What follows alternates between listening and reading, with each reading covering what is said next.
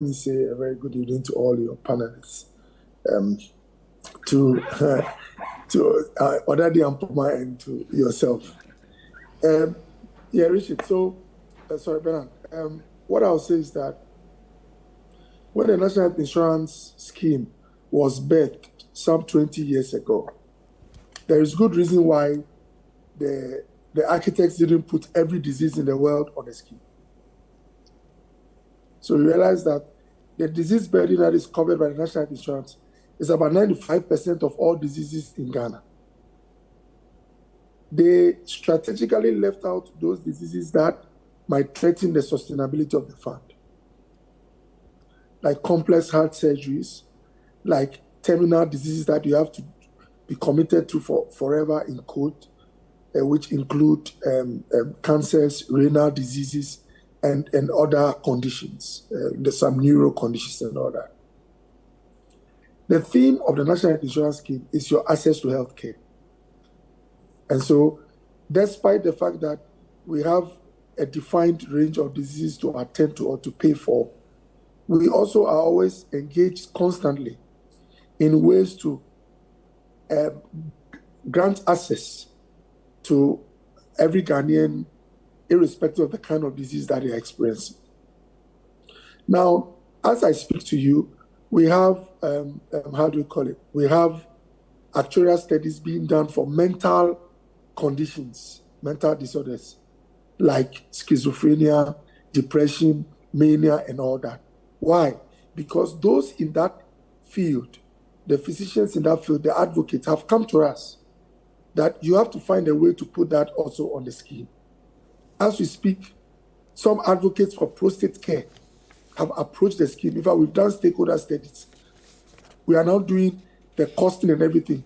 There's advocacy for prostate cancer to be put on a scheme. Dialysis conversation started before these issues came up. So, Bernard, what I want to say is that ultimately, it is our duty as a country and as a state to make sure that everybody is taken care of. I've always insisted that it is unethical to pay for malaria and let go of heart disease. And so the truth is that even the actuarial studies for mental health show that once we start to shoulder mental health in addition to all that we have, and we keep our current stream inflow constant, the scheme might be threatened. Now, the way to go, if we want to add on more benefits, is to look at our inflows. Ghana has a scheme that has 90 to 94% of its inflows, as in the fund that coming from central government through levies. These levies, when they are collected, must first, by law, go to the Exchequer, go to the Ministry of Finance. And historically, from President Kufuor's time to now, no CEO at health insurance has succeeded in getting a full complement of what is collected, because the funds come through taxes. So in somewhere 2004, when health insurance kicked off, about 10% of our inflow is monies we collect directly, what we refer to as IGF. This came from premium that those who are not on the SNIT, that's informal workers pay, as well as processing fees. That's all we take, the fees we take for you registering to be on insurance. Bernard, I hope you are there. I'm following you. Over these 13 to 14 years, now we're in the 20th year, most of the fees, both premium and processing, have remained constant. They've not moved. They moved only once. Currently, a SNIT contributor like myself pays about 8 Ghana cedis maximum for the whole year for care. What I pay is actually processing fee. I don't even pay any premium. And for those who are informal contributors, the so-called premium they pay is about 27 Ghana cedis. When you take away the processing fee of our 7 cedis, they pay 20 Ghana cedis for premium for 12 months. So the fees are unrealistic. And because we have paid the same fees for 13, 14 years, it used to contribute 8 to 10% of our IGF. Now, IGF is about 4%. So close to 95% of what we expect that comes to health insurance for our work paying bills. It's from the taxes, which is central government through the mutual finance, and just about some 4% from SNIT contribution. Bernard, people have mentioned Kenya. I had the privilege of visiting Kenya, talking to their CEO and studying their scheme. In Kenya, about 90% of the funds they use comes directly into the fund of their health insurance scheme, not through taxes routing through an exchequer. The reason is that in Kenya, about 4 to 5% of salaries are deducted from source into the fund.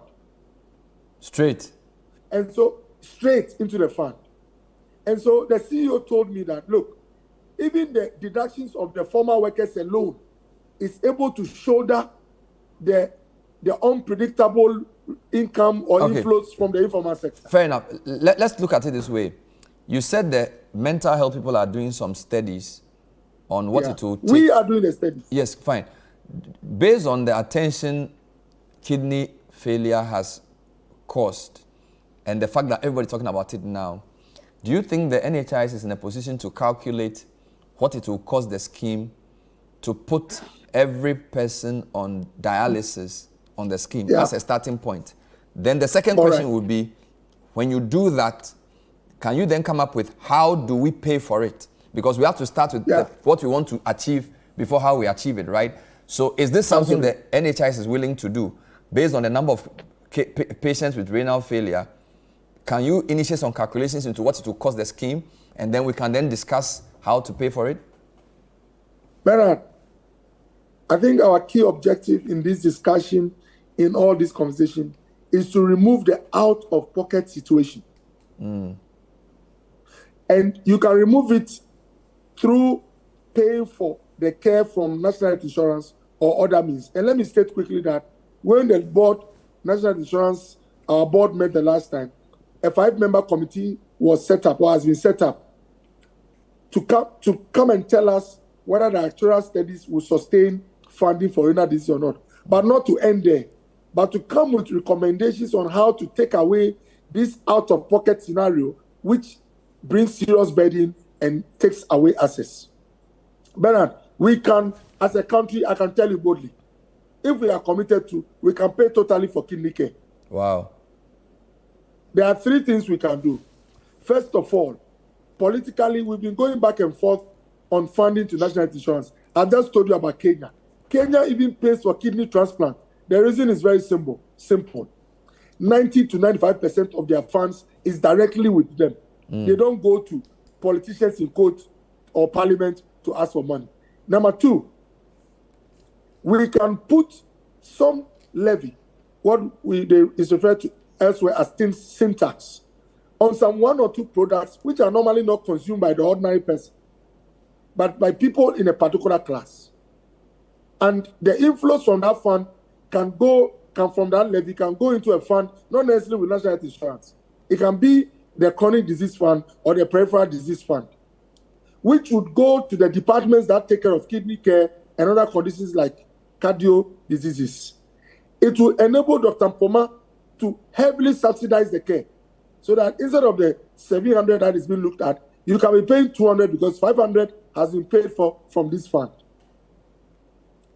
Thirdly, we as a country can come together quickly to take away either all the taxes on any item that goes into kidney care, or we can look at 2 or 3 consumables which affect the prices, like Dr. Mpoma mentioned, and the state can procure it directly from central government.